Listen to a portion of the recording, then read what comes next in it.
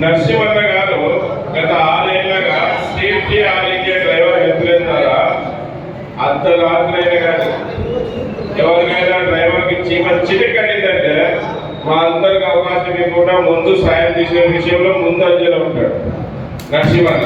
ఎంత గొప్ప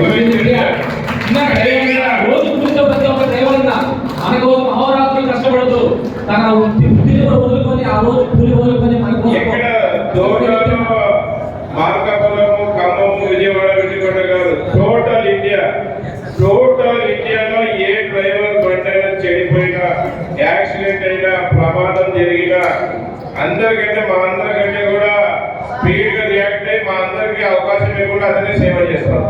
అంత గొప్ప వ్యక్తి.